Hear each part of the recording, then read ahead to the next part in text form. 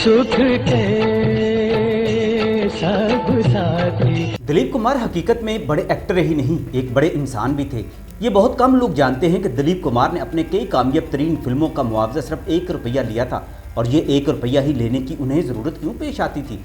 क्या उन्हें फिल्मों में उनकी डिमांड पर मुआवजा नहीं मिला करता था कि वो 1 रुपया के अदाकार बनकर रह गए थे? और लोग भी इस पर बड़ी बड़ी बातें किया करते थे कि दिलीप कुमार तो इतने बड़े अदाकार हैं, उनके बड़े चर्चे हैं, मगर वो अपनी फिल्म का मुआवजा सिर्फ 1 रुपया लेते हैं। ये बड़ी अजीबोगरीब कहानी है जो आज आपको मैं सुनाने लगा हूँ। दिलीप कुमार ने दरअसल बड़े लोगों को डूबने से बचाया था। उन्होंने तो मोहम्मद रफ़ी समेत कई ऐसे अपने मोहसिनों को उस वक्त गिरने से थाम लिया था जब कोई उनका हाथ नहीं थाम रहा था। मोहम्मद रफ़ी ने अपना जीवन देकर लॉलीवुड को लाजवाब गानों से अरूज से रूशनास कराया था। जहाँ जहाँ मोहम्मद रफ़ी के गाने सुनाई दिए वहाँ बॉलीवुड स्टार्स को भी ग्लैमर और पजीराई मिली थी। मगर मोहम्मद रफ़ी की ज़िंदगी में उस वक्त नाजुक मोड़ आ गया जब मोहम्मद रफ़ी ने इंडिया छोड़ने का फैसला कर लिया था। लता जी के साथ जब मोहम्मद रफ़ी की जंग शुरू हुई तो बहुत से मौसीकारों पर दबाव डाला जाने लगा कि वो मोहम्मद रफ़ी के साथ गाने ना करें। कारोबार की दुनिया में जब हसद और रकाबत की जंग शुरू होती है तो मजहब और सियासत भी इसमें शामिल हो जाती है। ये वो दौर था जब मोहम्मद रफ़ी को दिलीप कुमार ने ज़बरदस्त सहारा दिया था। दिलीप कुमार साहब को जब मालूम हुआ कि मोहम्मद रफ़ी बहुत दिल बर्दाश्ता हो चुके हैं और सोच रहे हैं कि इंडिया की ज़मीन उन पर तंग हो गई है, तो उन्होंने उस रोज़ मोहम्मद रफ़ी को अपने घर खाने की दावत दे डाली और उनसे पूछा कि आप ऐसा क्यों सोच रहे हैं। मोहम्मद रफ़ी ने बताया कि मेरा तो सियासत से कोई ताल्लुक नहीं, मगर लोग अब मुझे इस गंदे काम में घसीट रहे हैं। मोहम्मद रफ़ी ने बताया कि गानों की रॉयल्टी पर उनकी लता जी के साथ झगड़ा हो गया था कि उन्हें जब गानों का मुआवजा एक बार मिल जाता है तो फिर गानों की रॉयल्टी हमें नहीं दोबारा लेनी चाहिए। मगर लता जी ने इस पर जंग शुरू कर दी है और मेरा बाइकाट करा दिया है और एक मुसलमान होने के नाते मुझे कुछ मूसीकर मजहबी निशाना भी बनाने पर तुल गए हैं। दिलीप कुमार साहब ने मोहम्मद रफ़ी को हौसला दिया और कहा, आप कम ज़रफ़ों के चक्कर में ना आएँ, सारा हिंदुस्तान आपसे प्यार करता है, मैं आपसे प्यार करता हूँ, मुझे आपकी आवाज़ ने दिलीप कुमार बनाया है तो मैं आपको तनहा नहीं छोड़ सकता।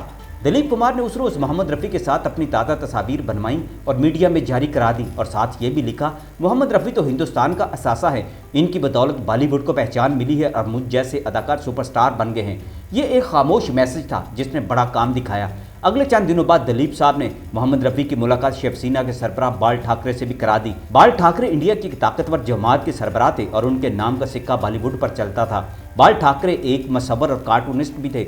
वो दिलीप कुमार के बहुत ज़्यादा करीब थे। उस रात जब मोहम्मद रफ़ी बाल ठाकरे से उनके घर में मिले तो उन पर हैरतों के पहाड़ टूट पड़े।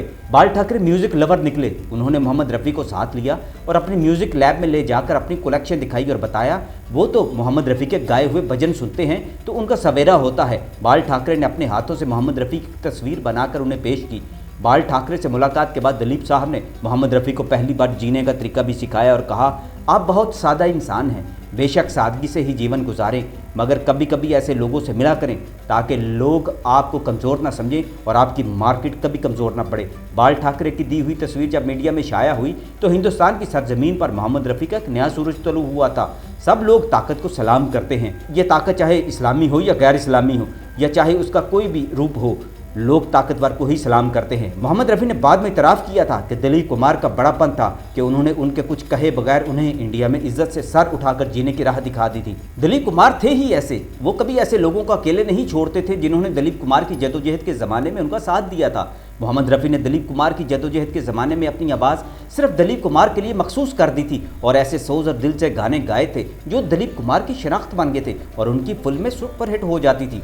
दिलीप साहब की ज़िंदगी का एक और वाक़या सुन लीजिए। वो अपने दौर के महंगे तरीन एक्टर थे, मगर उन्होंने कई ऐसी फिल्मों में भी काम किया था जिनका मुआवजा उन्होंने सिर्फ 1 रुपया लिया था। दरअसल दिलीप कुमार साहब के बारे में मशहूर था कि वो मनमौजी और हसास तरीन फनकार हैं। दिल ना माना तो बड़े से बड़े मुआवजे की पेशकश नामंजूर कर दी और अगर जी में आ गया तो 1 रुपया मुआवजा लेकर पूरी फिल्म में काम कर दिया।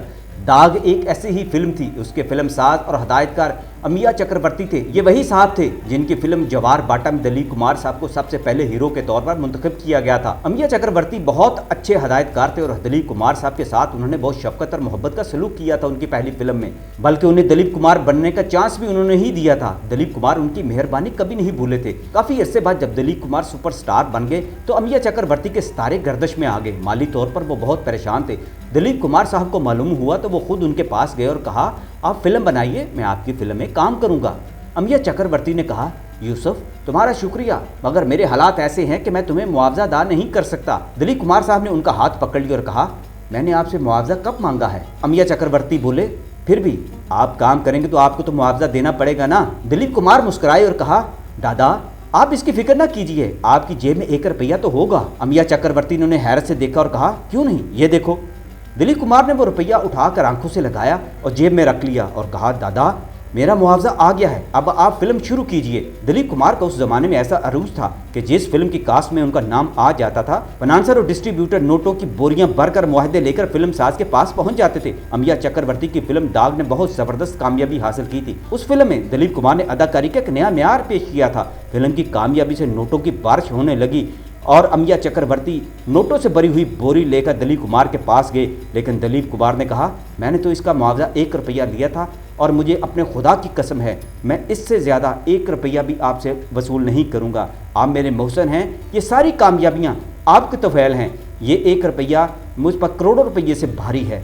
दिलीप कुमार का यह वाक़या बाद में अखबारात में शाया हुआ तो हर कोई उनकी तारीफ़ करने लगा, लेकिन कुछ लोगों ने मजाक भी उड़ाया कि दिलीप कुमार तो 1 रुपये का अदाकार है। लेकिन दिलीप कुमार इस पर हंस देते थे और कहते, बाज़-औक़ात 1 रुपया करोड़ों रुपये पर भारी होता है, और ख़ास तौर पर वो 1 रुपया जो आपके मोहसिन ने आपको दिया हो। सुख के सब साथी